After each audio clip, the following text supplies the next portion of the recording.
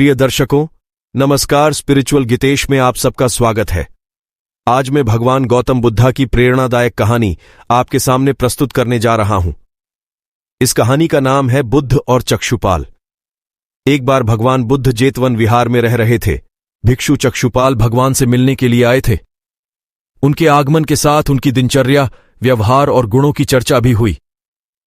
भिक्षु चक्षुपाल अंधे थे। एक दिन विहार के कुछ भिक्षुओं ने कुछ मरे हुए कीड़ों को चक्षुपाल की कुटी के बाहर पाया और उन्होंने चक्षुपाल की निंदा करनी शुरू कर दी कि उन्होंने इन जीवित प्राणियों की हत्या की।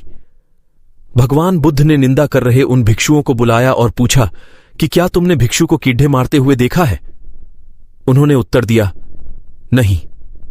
इस पर भगवान बुद्ध ने उन साधकों से कहा कि जैसे तुमने उन्हें कीड़ों को मारते हुए नहीं देखा, वैसे ही चक्षुपाल ने भी उन्हें मरते हुए नहीं देखा और उन्होंने कीड़ों को जानबूझकर नहीं मारा है, इसलिए उनकी भर्त्सना करना उचित नहीं है। भिक्षुओं ने इसके बाद पूछा कि चक्षुपाल अंधे क्यों हैं? उन्होंने इस जन्म में अथवा पिछले जन्म में क्या पाप किए? भगवान बुद्ध ने चक्षुपाल के बारे में कहा कि वे पूर्व जन्म में एक चिकित्सक थे। एक अंधी स्त्री ने उनसे वादा किया था कि यदि वे उसकी आंखें ठीक कर देंगे तो वह और उसका परिवार उनके दास बन जाएंगे। स्त्री की आंखें ठीक हो गईं, पर उसने दासी बनने के भय से यह मानने से इनकार कर दिया। चिकित्सक को तो पता था कि उस स्त्री की आंखें ठीक हो गई हैं। वह झूठ बोल रही है। उसे सबक सिखाने के लिए या बदला लेने के लिए चक्षुपाल ने दूसरी दवा दी। उस दवा से महिला फिर अंधी हो गई। वह कितना ही रोई पीटी, लेकिन चक्षुपाल जरा भी नहीं पसीजा। इस पाप के फलस्वरूप अगले जन्म में चिकित्सक को अंधा बनना पड़ा। इस कहानी से हमें यह सीख मिलती है कि हमें कर्मों का फल अवश्य ही भुगतना पड़ता है, क्योंकि इंसान ही अच्छे और बुरे कर्म करता है, पशु नहीं।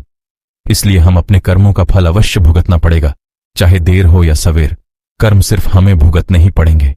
इसलिए कर्म करने से पहले एक बार अवश्य सोचें, क्या मैं यह सही कर रहा हूं?